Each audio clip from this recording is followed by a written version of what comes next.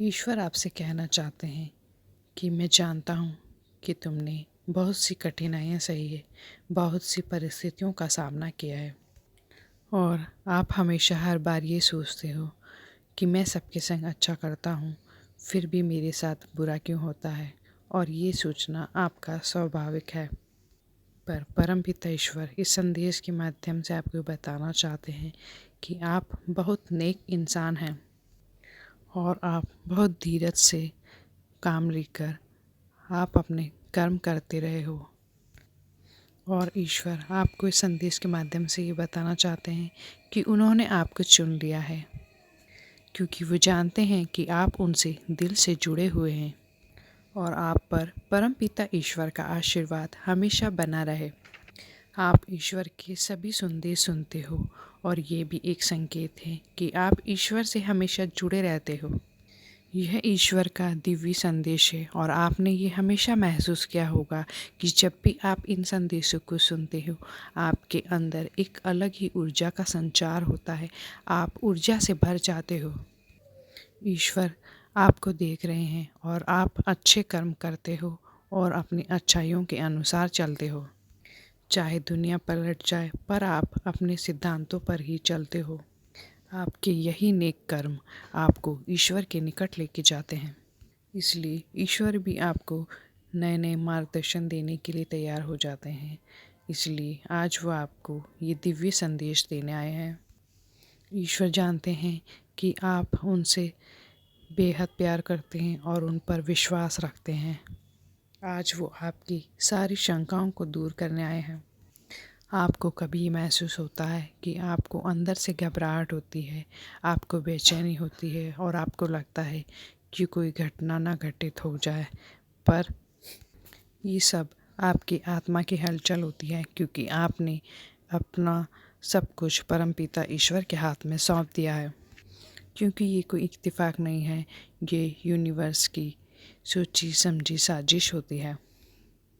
क्योंकि ब्रह्मांड ने आपकी योजना तैयार कर दी है। आपको बहुत सारी चुनौतियाँ मिली हैं, आपके जीवन में बहुत सारी परिस्थितियाँ आई हैं जिसका आपने डटकर सामना किया है।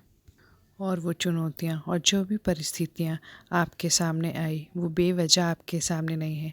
आपको भविष्य के लिए तैयार किया जा रहा था। कई बार आपको अपनों ने धोखा दिया होगा, कई बार आपके सामने विकट परिस्थितियाँ आई होगी, कई समस्याओं का आपने सामना किया होगा, पर ये सब यूं ही नहीं हुआ है।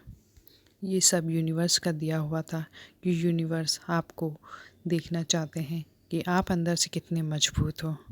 क्या आप आने वाली समस्याओं का डट के सामना कर सकते हो? आप में बहुत धैर्य है और इसी धैर्य की वजह से ब्रह्मांड ने आपको चुन लिया है और आप ब्रह्मांड के लिए गए सारी परीक्षाओं में पास हो गए हो। इसलिए ब्रह्मांड आपके लिए सफलता के सारे द्वार खोलना चाहते हैं। ब्रह्मांड आपको नई दिशा दिखाना चाहते हैं और इसके लिए आपको तैयार रहना है।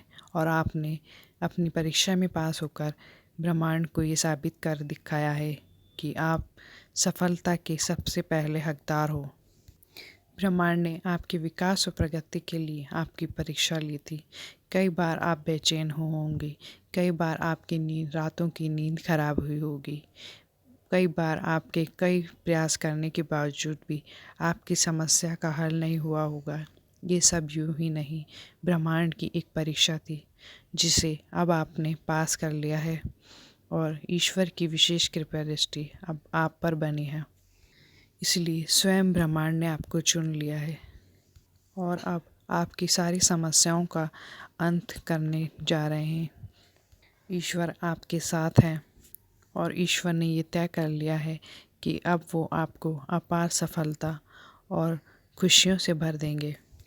आपने जिस परीक्षाओं को पास कर कर आप यहाँ तक पहुँचे हो, जिन समस्याओं को आपने पार किया है, जिन परिस्थितियों को आपने झेला है, उनको पास करके आज आप यहाँ पहुँचे हैं, तो आपने ये महसूस किया होगा कि आप पहले से कितना ज़्यादा बलवान और ऊर्जावान हो गए हो।